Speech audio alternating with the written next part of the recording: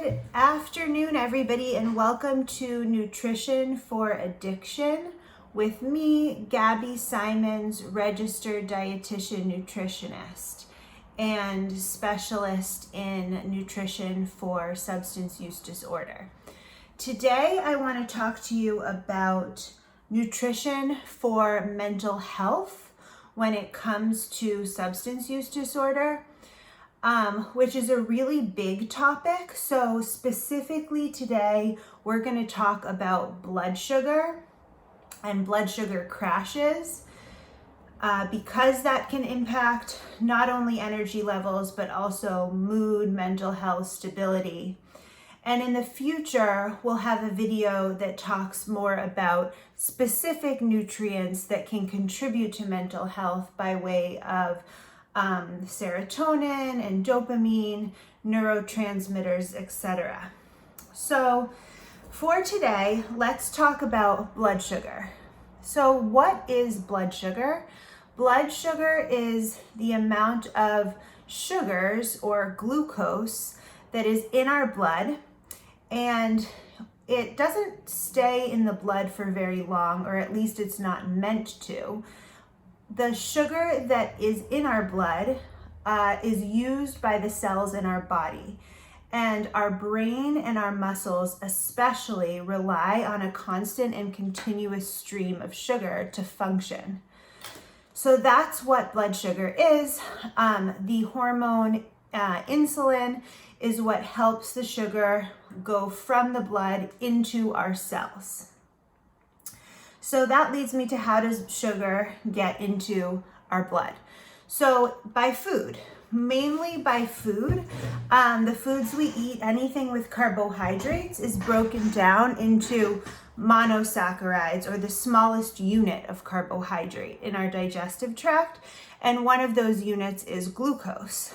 So that's what we're talking about when we're talking about blood sugar. So for example, we eat a bagel, we chew it, it goes down our esophagus, it goes into the stomach, it gets churned, it goes into the small intestines, and that's really where it starts getting broken down by enzymes into the smallest units, those monosaccharides, and it crosses over from the intestines into the bloodstream. What causes blood sugar crashes then? So basically, as I said, our cells need a steady supply of glucose. And what happens is, when glucose enters our bloodstream, our pancreas releases insulin in order to get that glucose from the bloodstream into the cells. And that's a good thing. We need that to happen. And so the issue, though, is if the pancreas sends out so much insulin that that sugar goes from our blood into our cells really quickly, and all of a sudden we have really low levels in our blood. And that can cause a drop in blood sugar and what we know as a crash. So to explain this better, I'm going to read from sanfordhealth.org. So you may experience a crash after indulging in high amounts of carbohydrates, especially simple sugars such as cake and ice cream. When the body has more sugar than it's used to, it rapidly produces insulin in an attempt to keep the levels consistent. This causes blood sugar to decrease, which results in a sudden drop in energy levels, also known as hypoglycemia or a sugar crash. So how might these sugar crashes impact someone with substance use disorder? Well, as I'm sure you're aware, oftentimes people in active use or in recovery, in sobriety, are eating really high sugar foods, not eating the most nutritious foods or whole foods. And so those highly processed foods, especially if they're simple carbohydrates like white bread or sugary foods like soda, coffee with a lot of sugar, candy, ice cream. These are the foods and beverages that can lead to a crash. And so what the symptoms of a sugar crash can feel like are hunger, irritability, fatigue, discomfort, anxiety, headaches, difficulty concentrating, excess sweat, jitters, shakiness, dizziness. So what does that sound like to you?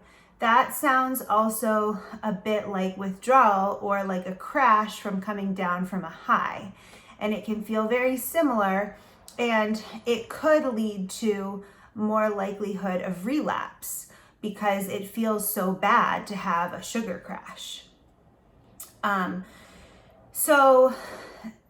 Someone might not even realize that what they're experiencing is a sugar crash and is due to food and eating and drinking habits, not necessarily to the drugs itself. So how can someone prevent crashes? So how can you prevent crashes? Well, there are a few ways that I'm going to talk about. One is to remind your clients and your patients to eat at least every 3 to 5 hours. No intermittent fasting. That's not appropriate for people in recovery from substance use disorder. Eating food every 3 to 5 hours can ensure that the blood sugar never gets too low, and that, again, the brain and the muscles have that steady stream of glucose to function properly. The other way to prevent the crashes is to eat from multiple food groups. So when you do eat, or when your clients and patients do eat, to choose foods from more than one food group.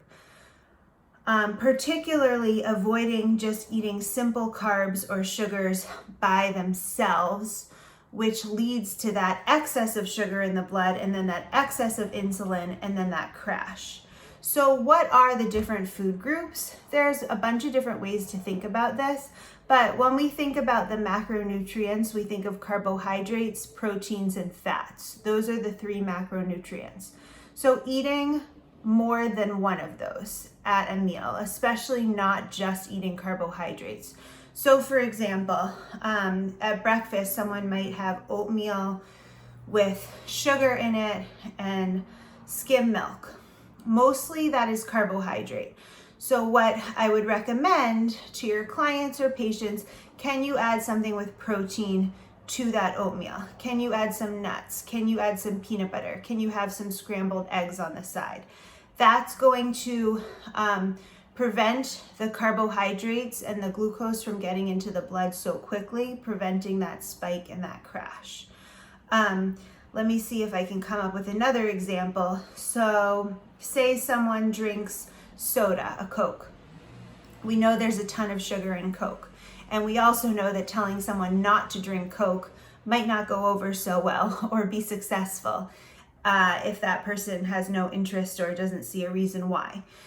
So recommend, can you drink your Coke with a meal, with a full sandwich and a salad on the side, with a full meal, so that, again, when we have other food groups like protein, fat, fiber, with those sugars, the sugars don't get into the blood as quickly, and therefore there's not that overload of blood sugar like there would be if someone just drank a Coke on an empty stomach. So those are my recommendations for today. Again, in summary, to prevent these crashes, eat every 3 to 5 hours and avoid eating carbohydrates and sugars by themselves.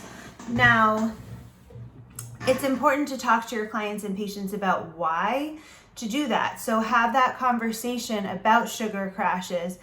Ask them how they feel, or even to journal or monitor how they feel after having sugary foods, an hour later, because that self-observation and understanding of why is part of what's gonna lead to sustainable change.